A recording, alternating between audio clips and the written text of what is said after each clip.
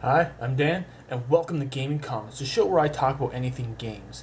And today I'm talking about E3 2015, my impressions of it overall. Now, I don't think this was the best E3 ever, and it's not the worst, it kind of falls somewhere in the middle. Microsoft had a decent press conference. The games I already knew about, I enjoyed what they showed, such as Halo and Gears, and there wasn't any huge surprises from them. The games that they announced weren't overly impressive to me. I still don't know what they are, and I need at least that to impress me on a game. I guess the biggest surprise that did impress me was the reverse compatibility that they announced coming out later this year for everybody, but I don't know if I'm going to use it. At that point, do I really want to go back and play some Xbox 360 games? That's the big question. But I know my kids are going to use it, so it's not like it's not going to be used at all. Moving on to Sony's press conference. That one, while the big announcements didn't really do anything for me because I'm not a huge fan of those franchises, their announcements alone shocked everybody and surprised everybody. So I think that one edged out Microsoft for the conference this year.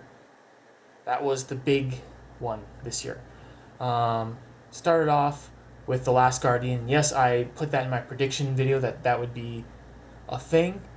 I didn't actually think that was going to happen. It's been kind of like a running joke for the last, almost a decade now since they originally announced it. So now that it's coming, it looks nice. Still not 100% sure on what you're supposed to do in that game. Moving on, Final Fantasy VII. People asked for it for years, and Square just kept saying, no, we're not making it, we don't have the time, we're not going to make it. And when people finally give up on it, they throw it at us, and it looks prettier than before. Obviously looked prettier than what it did on the PlayStation 1, but they kind of showed off like a little tech demo of the opening sequence back in the PlayStation 3 era to show what the PlayStation 3 can do. But now that it's on the PlayStation 4, it looks amazing.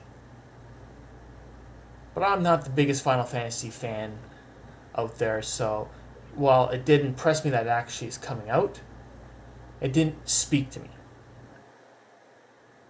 Moving on, Shenmue 3. Like, oh my god, people have been asking for this forever. Ever since Shenmue 2 came out. And now it's actually coming. It's actually going to happen. Yes, that was a Kickstarter then, but it's already reached its funding. And Sony's completely backing it. I think they just wanted that show of support from the fans that, yes, we want this made, before Sony actually said, yes, okay, we're going to start supporting it. And it's happening. So it was like bang, bang, here's another announcement, here's another announcement, here's another announcement. And then, of course, they ended off everything with Uncharted, and my god, that looks good. And yes, there was a little hiccup in the demo. They couldn't get it working at first, but yeah, that was great. And I'm thoroughly impressed. So, let's move on to Nintendo. That was a huge letdown. No real surprises, and the games that were announced were not all that impressive.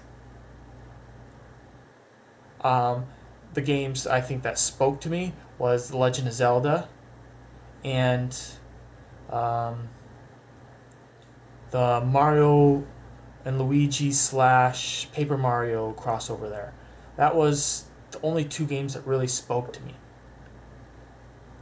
Like, I don't know what Nintendo was thinking making a Metroid game without Samus. And Star Fox, well, it's Star Fox.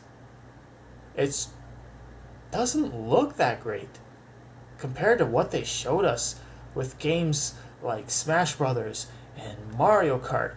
Like, that game visually is just unimpressive. And Nintendo never really had that big, oh my god moment at all. They didn't even close with something impressive at all. And the game that worries me is actually that Animal Crossing Amiibo game. Like, they can barely support Amiibo as it is. And now they're going to make a game where it requires Amiibo. Are we going to be able to get our hands on these Animal Crossing Amiibo to actually play the game? Or are we just not going to be able to unlock the full potential of that game? So, that's all I have to say. Sony had the best press conference, followed by Microsoft, which is close. It was a close second in my opinion, and then finally Nintendo, way down there. And of course, we're talking about the big three. I'm not going to get into the individual publisher conferences. Overall, they had some impressive games out there. Battlefront was probably the biggest one that impressed me out there because it had the feel of Star Wars and it looked amazing. So that's it. What do you think? What impressed you? What fell flat for you? Let me know in the comments below. So as always, if you like what you see, feel free to subscribe, or you can follow me on Twitter at LunarLightENT. Now, we're obviously kind of behind on videos. I've been busy, been kind of tinkering with a couple new programs for editing. I'll eventually get there back on track once I get a program that really works for me. So, new stuff is coming eventually. And yes, that Ghosts and Guardians will come eventually. I really haven't been playing much of Destiny. So, till next time, bye.